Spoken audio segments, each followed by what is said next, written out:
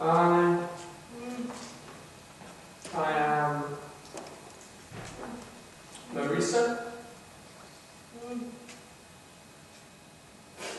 and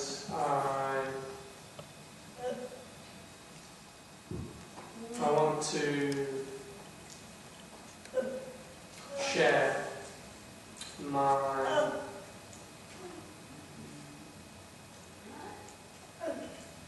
my experiences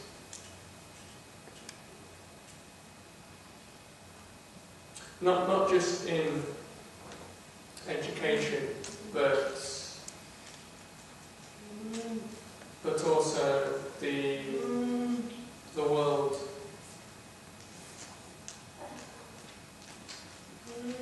I hope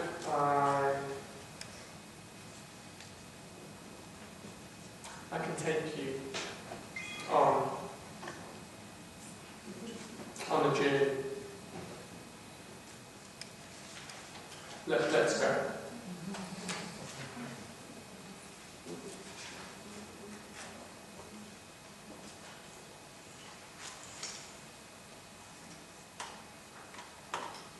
My school. The thought of starting was ecstatic. I wanted to learn so much. To me, the building was magic, with life in its crumbling husk. The thought of being ordinary filled me with a joy I can't tell. Still, the thought of that building keeps memory, for me, of pure water, a well.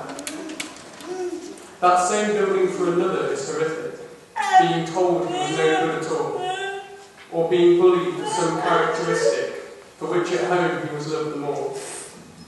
The girls with their makeup were bored of wearing white shirts with a tie, so theirs was relief to be shared. They will go from that school with a sigh. So for some, it opened doors to learning, and for others, it seemed just like hell. It is just the same old building, different memories there, deep in its wall.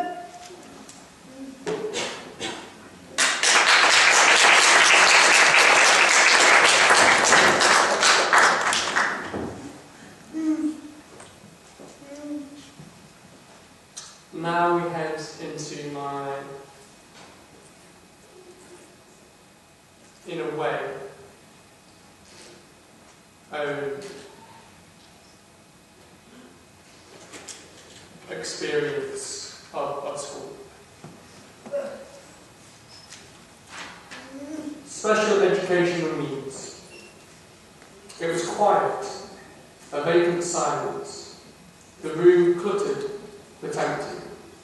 Yearning was in me, trying to get out. In the distance, young voices giggling, enjoying life, but not here. I heard a page turn as the assistant tried to draw me in. Time hung, motionless. I waited aside, disappeared. We waited, in the agony of nothingness, for the welcome end and lunch.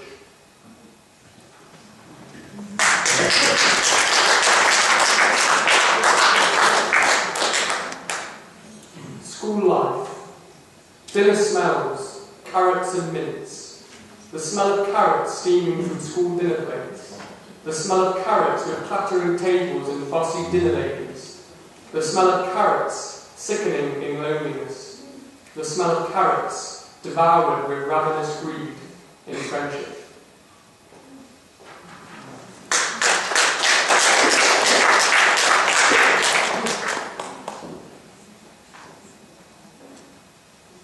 This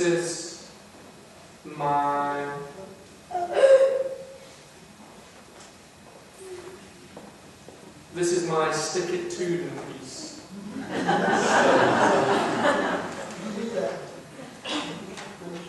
Graduation. The black gown that I was never supposed to wear billowed in the November cold. They were wrong, those experts. The day was mine.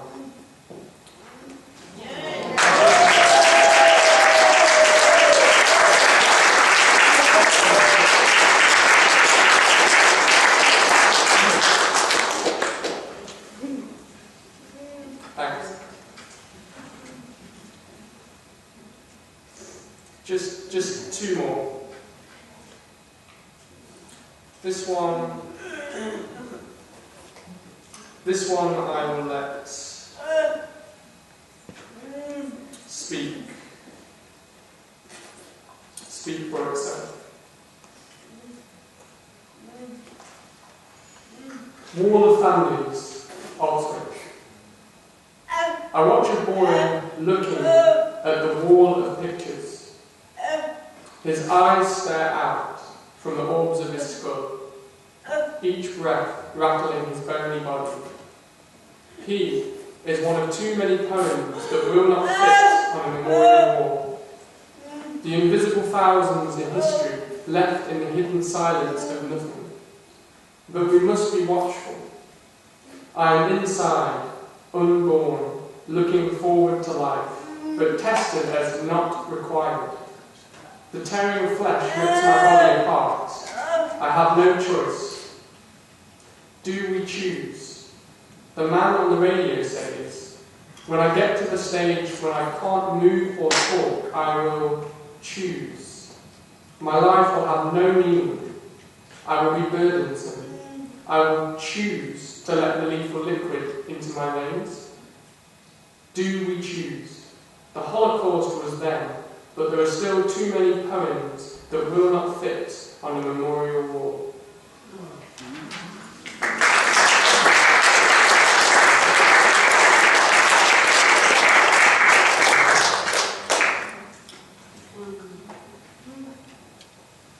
And to close with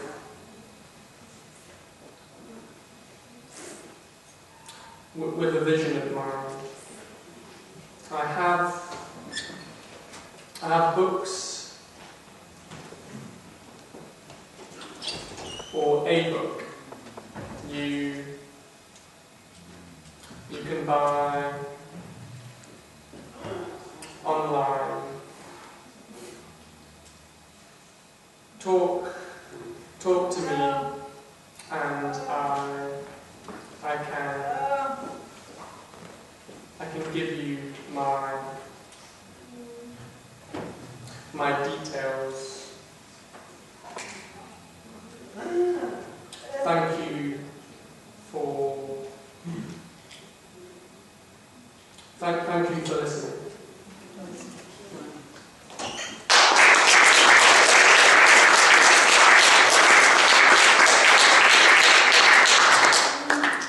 Competition. Communication grows with relationship. Questioning the culture of competition. Products don't fit. Real happenings with real people. We are the threat to that competition. Us who can't survive without collaboration. I thank those who had the courage to be ridiculed or even die for their belief in humanity. That's what keeps us safe. Don't die a living death just because it's comfortable.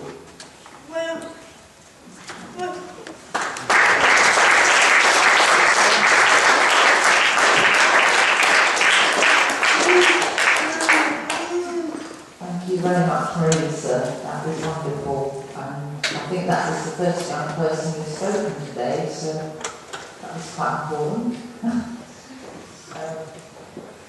When Maurice is comfortably got down, or she can stay there with pleasure, Lucy and a group of young people are going to present us with something else. So we're doing a project on, everyone can hear me? Good again. We're doing a project on the education system, trying to get as many views as possible on it, just to get the best result. And yeah, we've got a little film we're going to be showing you, and yeah, we're ready. Give a little bit of background of what we're doing. So about 6 months ago, we started a meeting to support a group of young people that were interested in finding out, one, what was happening to the education system, because felt like a lot of the information was not really very accessible, and two, what young people thought about that, and three, what young people think about what should happen next. So we are making a film at the moment, which is going to be made primarily by young people without support, to interview lots of different work in education, lots of activists, lots of teachers, lots of parents, but also lots of young people on their experiences in education at school. And mainly we're focusing a lot on the importance of art and creativity in education. So it's basically a little snippet of what we've been doing, but we just edited to you guys for this conference. It's not a final product, but it's just a short film, and then our people are going to do a short performance for you.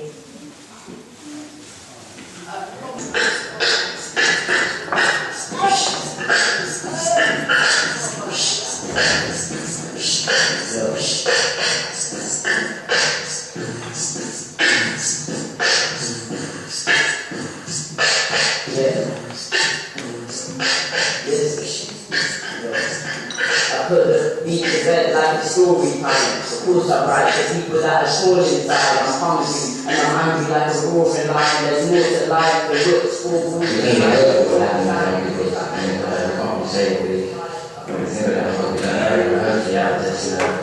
People can need to sit and see actually what teachers think, what young people think, what older teachers think, what new teachers think, parents, young parents. I think it's really important for people to see what everybody thinks about school and what they gained in school, what they didn't gain in school, what they would like to happen when they went to school.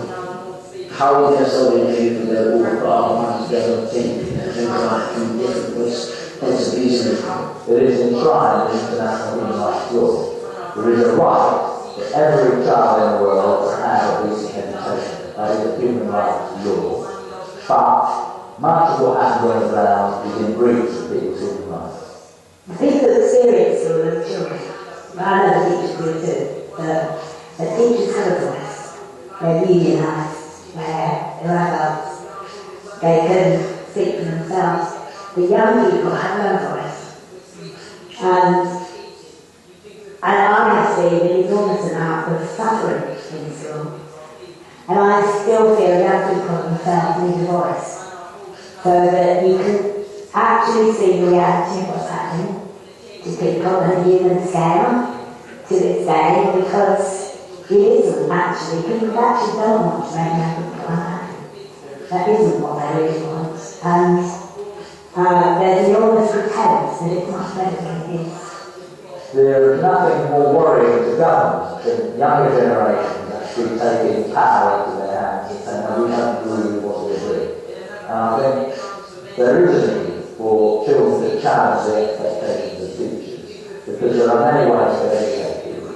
If we learn anything from history, we've learned that all sorts of people can actually rise up and challenge things based on their sympathy. And we need a school system that creates that. It's important for young people to be heard and to be confident to speak what they're talking about, to be not feel like anything's sort of watching them or holding them back and anything, and really feel that they're allowed to think what they think and they think they do the reading. I think it's really important to, all sort of sides of the argument, to really see what's going on. And it's good for some, I think. They try to tell us how to live, believe, and how to think with the team in our face, but we got aiming to win. So whatever they say, we can be aiming to win, aiming to bring love.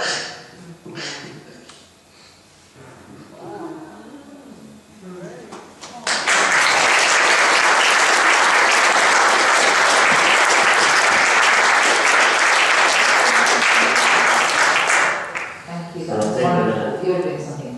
The live performance you guys. Right, yeah?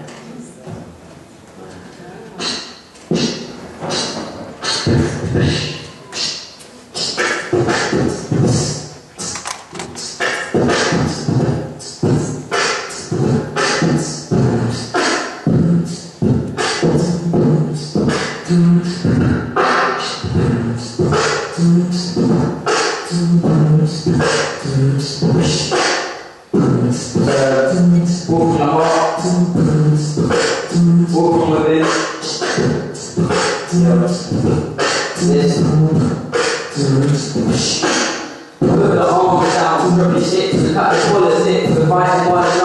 seeking for positive, finding that inner shadow that we can't leave. Lord, help me to start, please. Give me that inner strength that every human being seeks. Where's all the right knowledge of all the love and peace? All the family, the man that the shoes on, that helps me move on, please, wherever you've gone. All these questions in my brain, answers in my heart. In this game of life, you better know to play your part and be smart about your next move often. Be open to options, not closed up on box inch. But they might tell you how to live your own life, because I know I've been through where your mind's at. Yeah, but I can tell you about my strugglings, about my difficulties in my raps. So I can tell my sufferings, exhale my life away. It's not the brightest place, you're living in the wide awake. More like the coldest, darkest surroundings around him. Let's be ready for a pounding. Hold up and wait a minute. If he makes the beats and I write the lyrics, positive vibes all the time, no limit. So that's why we give it 100%, 100%, 100%. I said hold up and wait a minute. If he makes the beats and I write the lyrics, positive vibes all the time, no limit. So that's why we give it 100%, 100%. You can grow and expand like seeds in the earth. I love to help you with rapping. The beats for the words, it's usually the hardest that I feel in the heart. That goes deeper than words. Emotions were blurred, so they seem to be heard. On the road in the curve, but you grow when you learn. To grow, you have to go deeper in earth. See what the freedom is worth. The keys that I heard. Look deep into the system, submerging delusion, hypocrisy, honesty, the main cause of confusion, of all the generation, struggies and slags, young sex and alcohol, they're not seen as bad. Weed grows wild in this concrete jungle.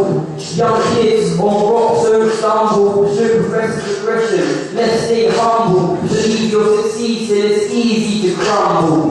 And they say that we're living in democracy, the government lies on the rise of hypocrisy. Better the truth, walk in our minds honestly. Got me feeling deep when I'm deep in philosophy. Hold up and wait a minute. If he makes the beats and I write the lyrics, positive vibes all the time, no limit. So that's why we give it 100%, 100%, 100%. I said hold up and wait a minute. If he makes the beats and I write the lyrics, positive vibes all the time, no limit. So that's why we give it 100%, 100%, 1. Yo, you see these lyrics in my veins like oxygen. I was made to rap to achieve my optimum. Raised in a world full of so much corruption, gang beef, nonsense, calls for corruption. Cause who knows why the gang beef?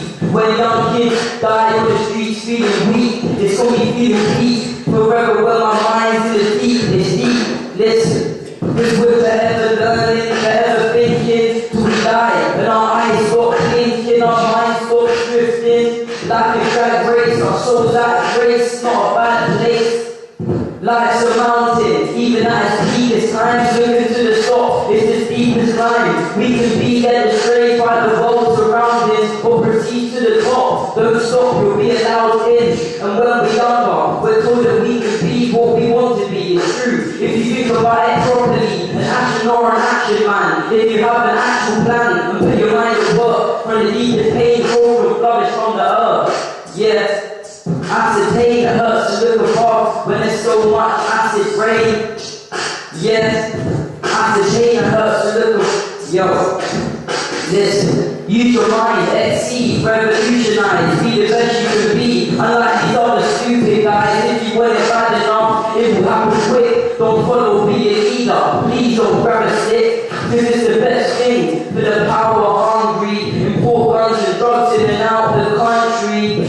And then still the money of the innocent is peak in the system and we're living in oblivion. Thank you.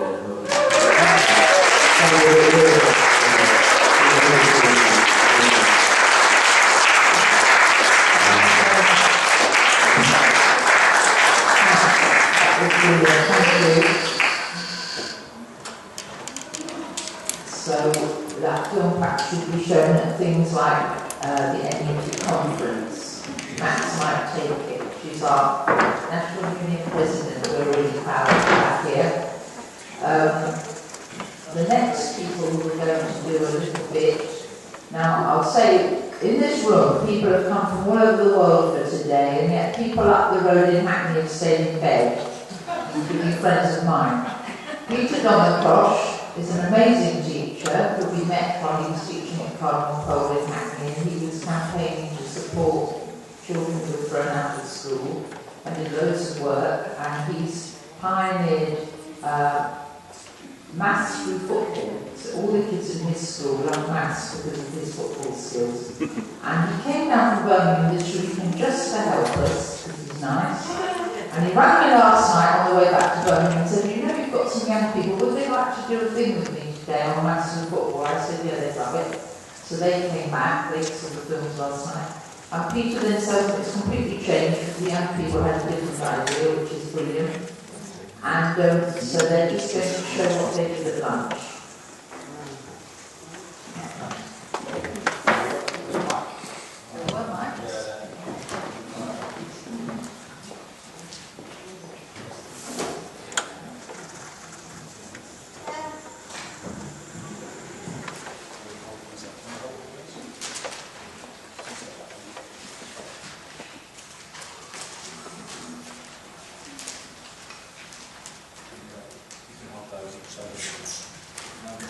Hi everyone. So I love sport. Football. So a good example of inclusion in a way, I suppose, is I came all excited, brought my sports equipment. Yes, I get more enthusiastic than the students. I've got my coats, I've got football, small one. I think you've got heart rate monitors. No. So then I said to them, do you want to introduce yourselves? I'm Salih. It's my younger brother called Sulaiman, and his brother called David. They're all brothers. So I said to them, right, so what do you want to do then? And I'm thinking, like, do you want to do dribbling, catches? And he said, art. Art.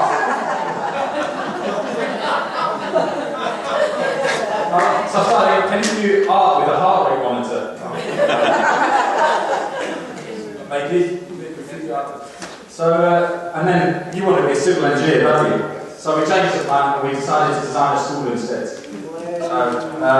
And then because of the theme of the day and in celebration of the book, we thought we would design a school based around the principles that we've been listening to, inclusion. So hence, we did a survey, which is maths, in case anyone thinks it's not.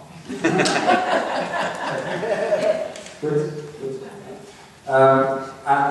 And then we did a, what are they called? Mind Maths. Thank you, Mind Maths, which is maths. And then we also asked you about principles of inclusion. And then, do you want to show? Then we did some. They did some designing of schools.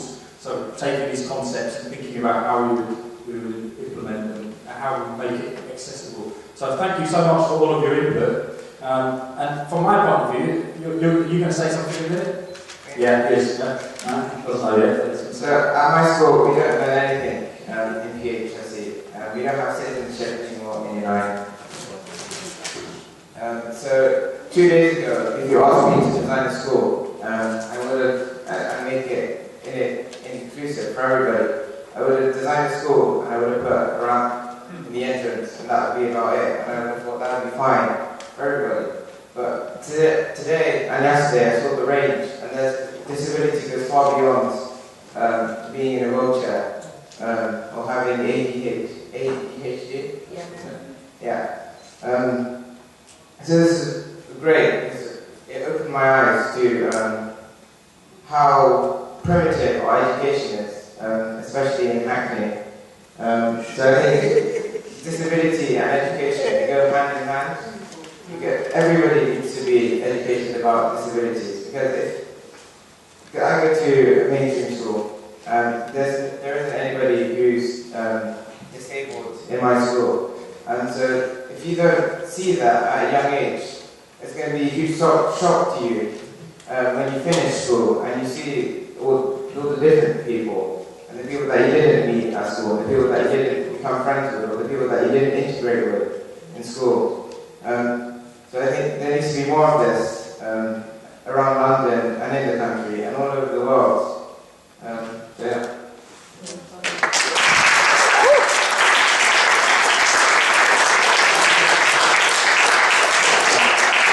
I like the fact that he's disabled in inverted commas. It goes back to what Richard said about the fact that a lot of people who have a disability are unaware of it, or it's not necessarily observable. So we're learning more, aren't we, as we go. Thanks. I mean, what my idea to go on with this, I mean, it's just an idea at the moment, but I think we could take this forward and get more people involved, get more input, especially from young people. I mean, I don't know how they design these schools. All I know is that my school in Manchester, Wright Robinson, when they made the new school, they put a swimming pool and they had windows along the corridor so that you could look in, and I don't think the children would have designed it that way.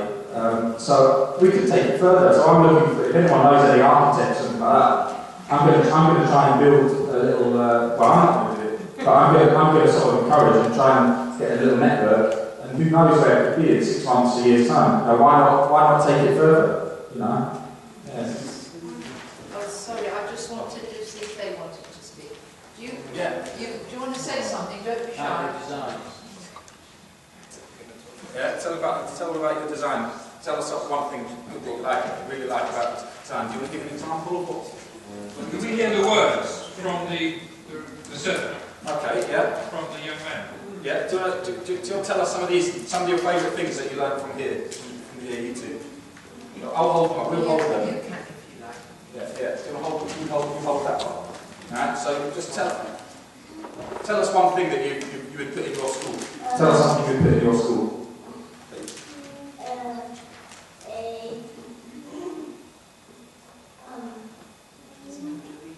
Yeah, you have to read it. White space with colourful cushions. Quiet space of colourful cushions. Great. What about you? I put in school is a lot of stuff for disabled people so they can get around school easier. Lifts, because not all schools have lifts. Most of them just have like tiny steps, and then they'll just have to go up that. But they could have lifts or ramps. Thank you. Okay, we'll leave these up on the wall on the way out. You can see them anyway. So I might use the networks and send the message out to you to see who wants to get involved. Yeah. Thanks a lot. Thank you very much.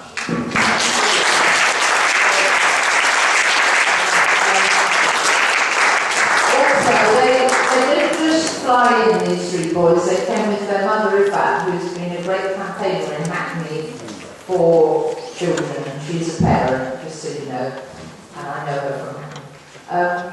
Now, the next person who is going to say something has come from Canada, and it's Jack Pierpoint, and he's not come from Canada this minute, but he came from somewhere in Europe, especially for this, and he started with some other people the inclusion movement in the whole world in the 70s, and he started the first inclusive schools in the world in Canada, so give him a great big clap for that.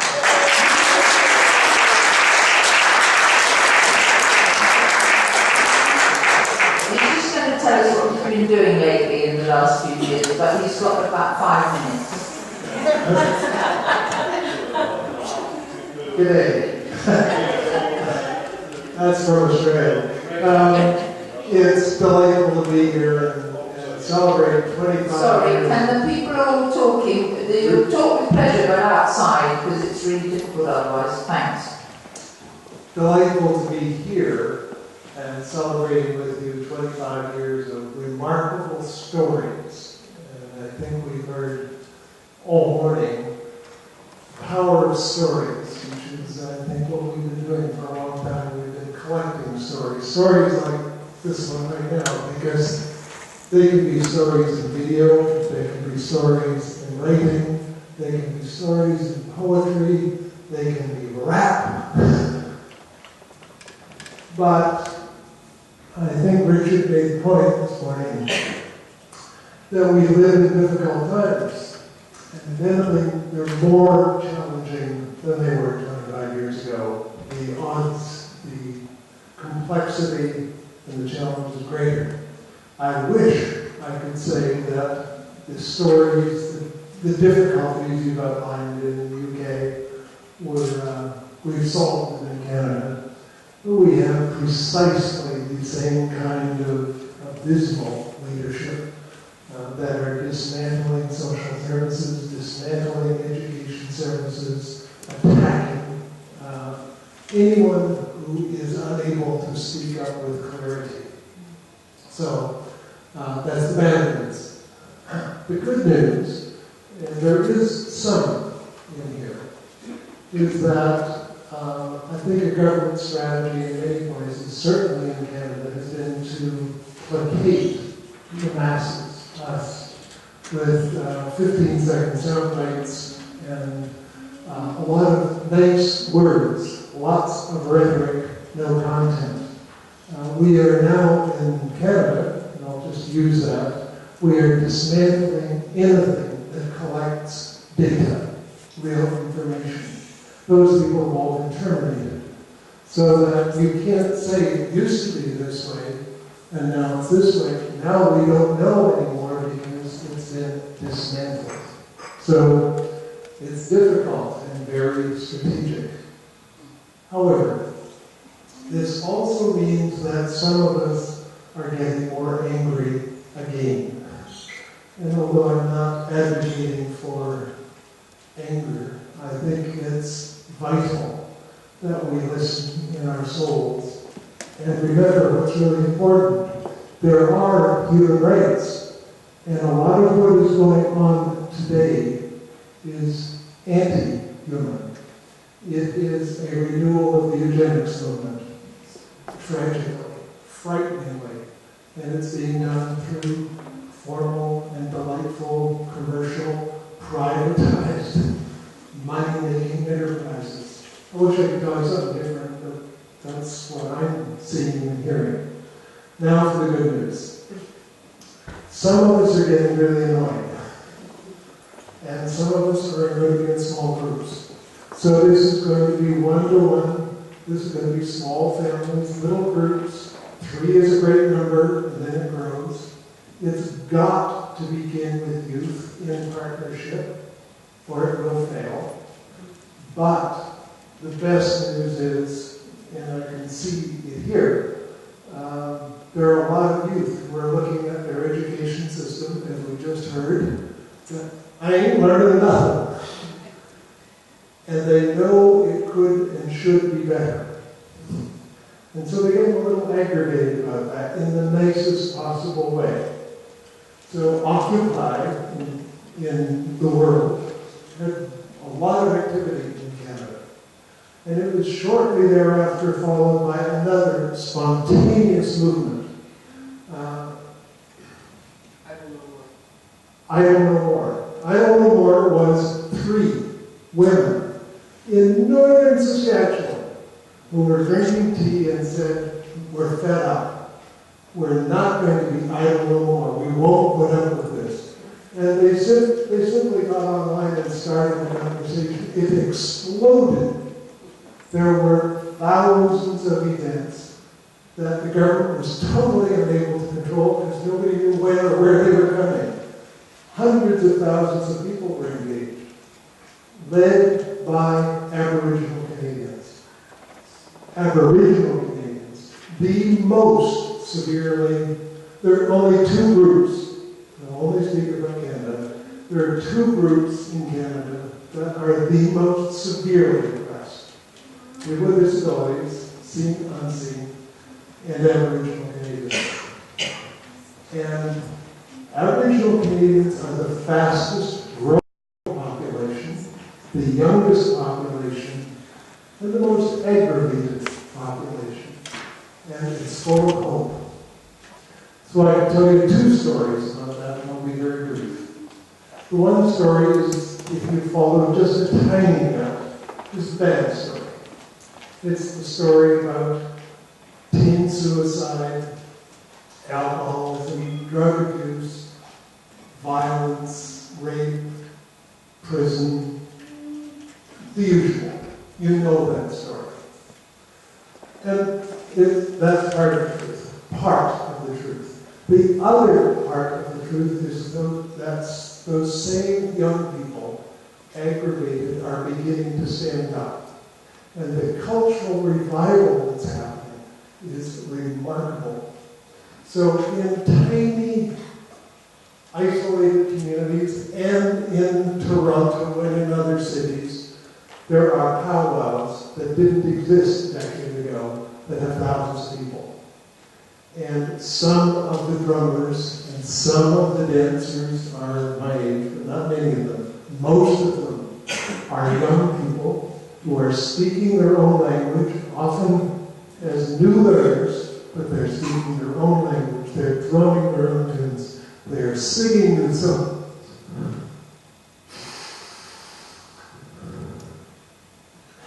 And they're outraged. And they will drive it forward. And they're going to lead the rest of us. And if we don't pay attention, I think we have to face the truth that Richard talked about. We are really dramatically destroying our world.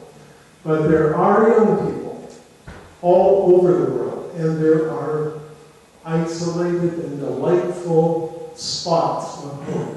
And our job is to find those stories, make videos, write about them, tell about them, talk about them, share those stories, because they will renew parents, they will renew children, they will reinvigorate this movement. And the leadership is going to come from the edges. So we're doing lots of work with Aboriginal groups, because that's, I think, where a lot of the new leadership is going to come from. And we're doing some wonderful stuff, a lot of fun stuff with one of the organizations we're involved with in Toronto called Sketch, which is Street Involved Youth. It's sort of an arts program, but it's all kids who have been on the wrong side of just about everything, and they're just surging with talent and hope and possibility. That's where the action is going to be. Our job is to support the hell out of them. Thank you.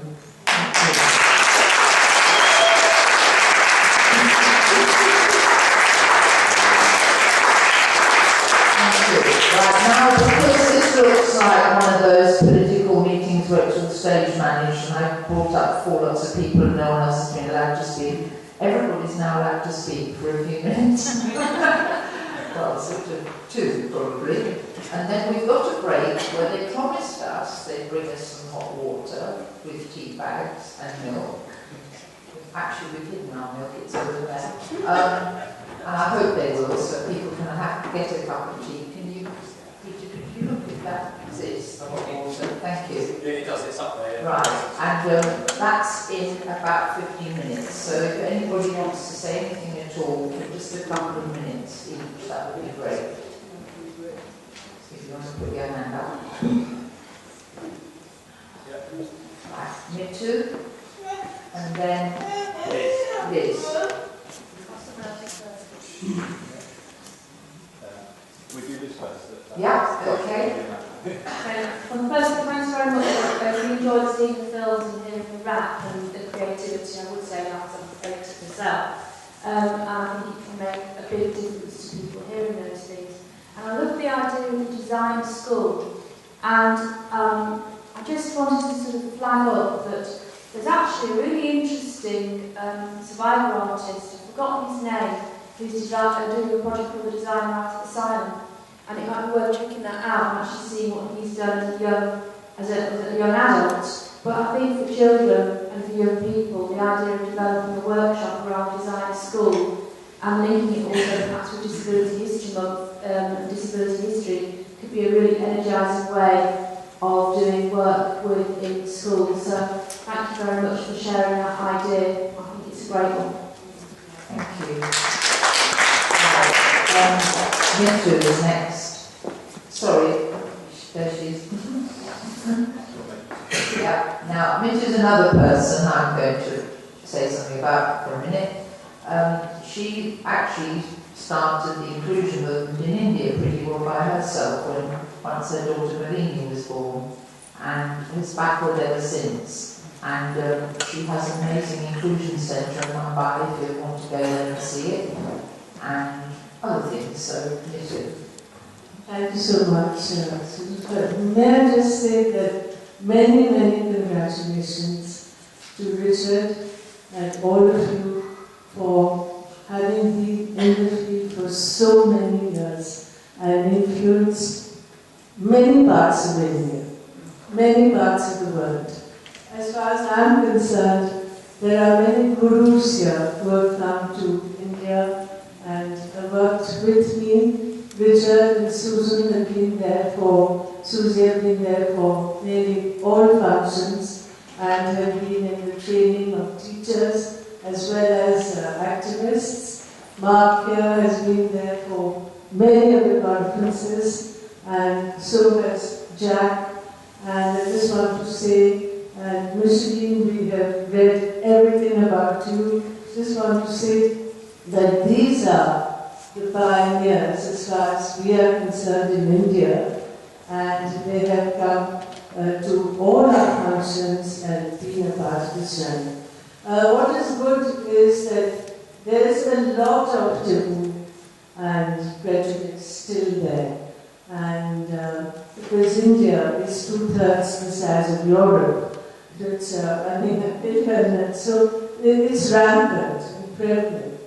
But the great thing is the government is now coming around and disabled people's voices are beginning to be heard, but not as much as we have seen in England and in Canada.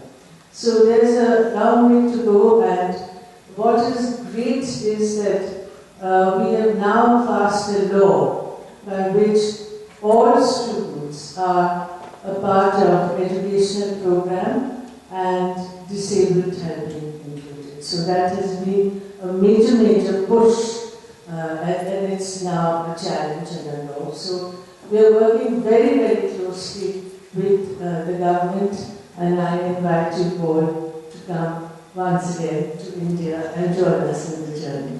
And again, many congratulations, Susan.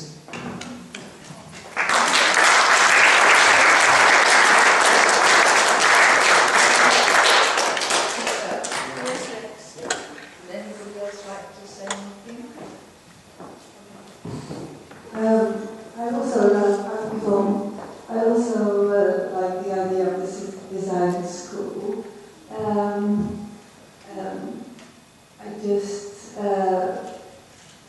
would like to suggest that the young people not only look at the physical environment of the school, but that they also think of other groups of children that the school need to accessible for in many ways, like curriculum and all kinds of environment, like the social environment, the emotional environment.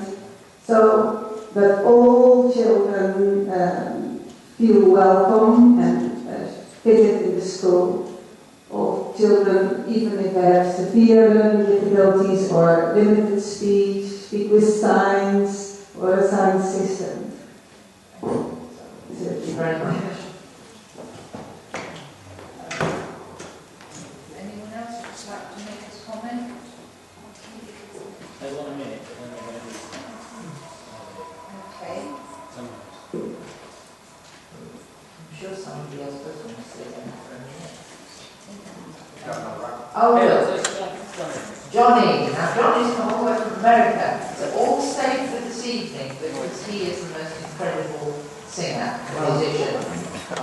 He's going to be at our concert. He's also very modest and now blushing. Thank you very much.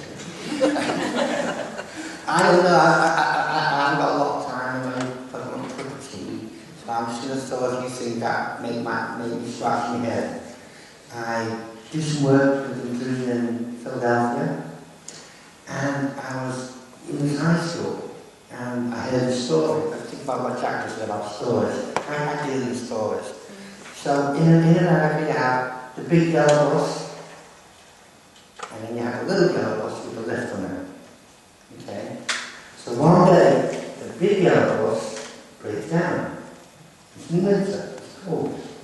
So the little yellow bus goes to pick up the non-disabled students who refuse to get on the bus and would rather walk 10 blocks. I'm scratching my head about that. I go into another elementary school, and this head teacher, principal, in America, was wonderful. It was the best school I went to. I knew that this was a school where we could really crack inclusion. We did Disability History Month, we did all that, we got the kids design posters around civil rights and disability. It was really fantastic.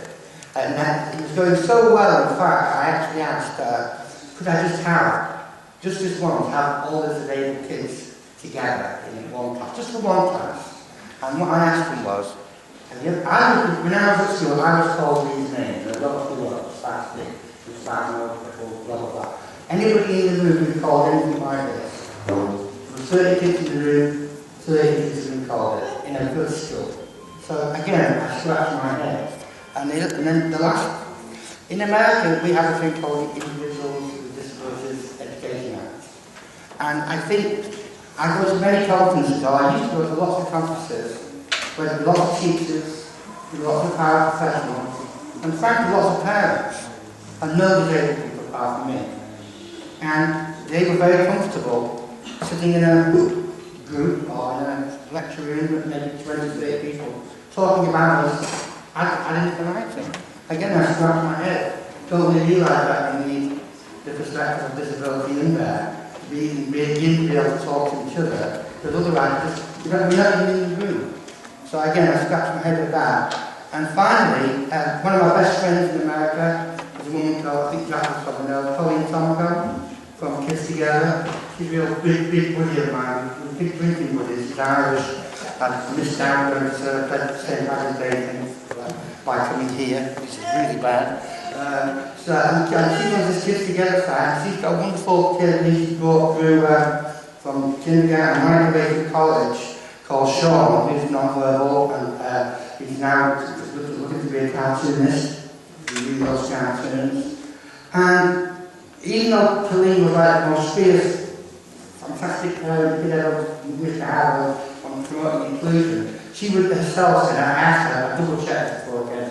So all those schools that Sean went to, are they still inclusive, or was it just like the boy in the bubble going through the school? She said it's more like the boy in the bubble. So one person going through school, one parent fighting, however much, doesn't make a difference. The school's got to change forever, or it's not working. The next parent coming along has to fight the same battles. So that's the other sort of thing that makes me scratch my head. So no answers, but I think there are answers out there from Richard and Mission have been providing us for years, and that I'm so grateful that for that book. I actually sort of sold quite a few of those books to many teachers, and I think I cleared your library out of children's books. I still have them. I'm still trying to sell some of them at the moment. I've got a few left, but I've got a lot. So thanks very much. Hopefully you'll stay around and hear some story about it tonight. Thank you. Yeah, we will say that over here there's going to be a little bit of presentation or something. Richard just gone and put it that I noticed, and then we're having a tea after that. Thanks. I'm going to talk with Nadia about our journey, which started about 20 and a half years ago with a phone call to the Alliance and a phone call to Parents for Inclusion, and crying down the phone about that I wanted and hoped that Nadia would go to mainstream school, but I thought it was a slightly crazy thing. But speaking to Parents for Inclusion all those years ago, they said it wasn't crazy. And then 6 months later, coming to the conference in Manchester with this one who was a baby, breastfeeding, and hearing about the social model and this light bulb that went off. So I knew I wasn't crazy, and I knew I was with people who were passionate and compassionate and full of love and understanding of rights and equality. And that journey has been memorable. We've marched with you. We've had a school outside Downing Street. Nadia and Lucy and Sean, my son, handed a letter to Tony Blair. That was a great day. And then handing out leaflets at the Labour Party conference and all those things. But that movement has kept us together. And it's thanks to that movement Nadia went right through mainstream school when at 3 years old they said it couldn't be done. And the educational psychologist said she would never be able to go to a mainstream school. We moved to Halifax to get Nadia into mainstream school. She went to the same school as 5 brothers and sisters, into mainstream college, always the first. And being a pioneer is hard work. And being a pioneer's mother is really hard. And to keep that resilience going amongst everybody. And Nadia said before to thank you all. Thank you to everybody. Thank you. And we're still here for the rest of the journey.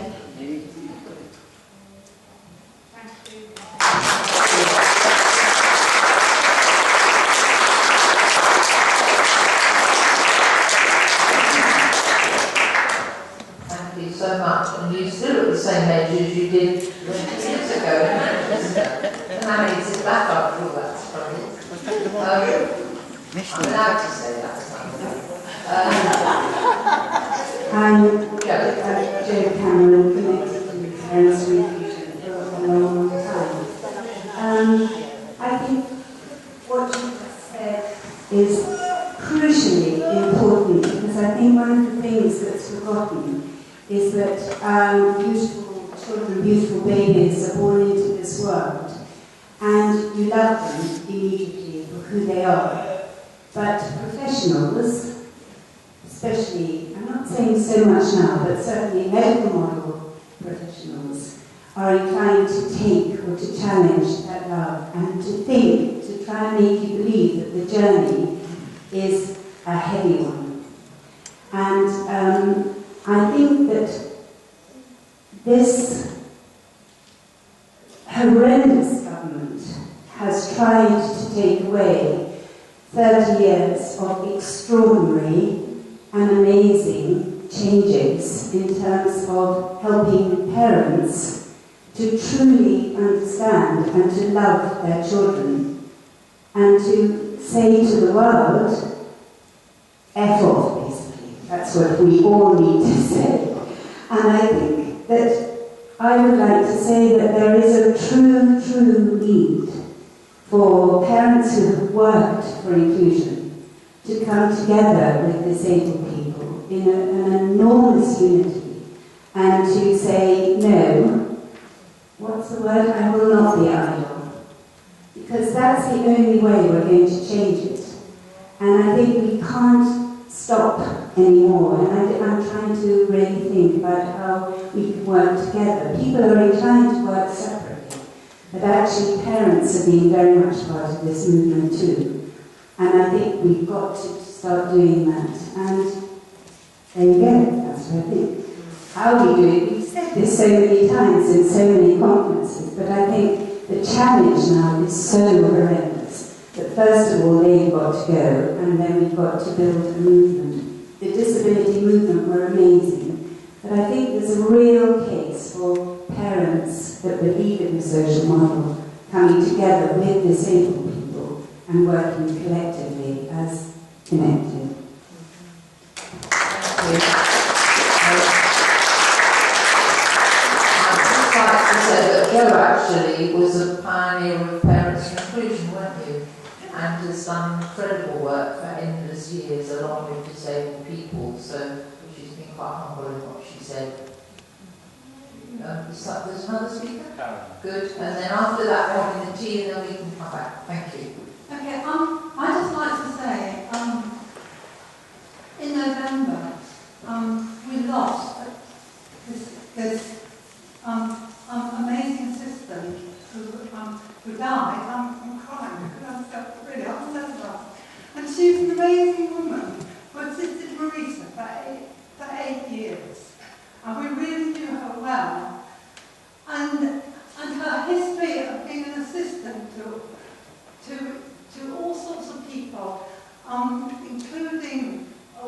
homes and things, and she loved everybody she assisted.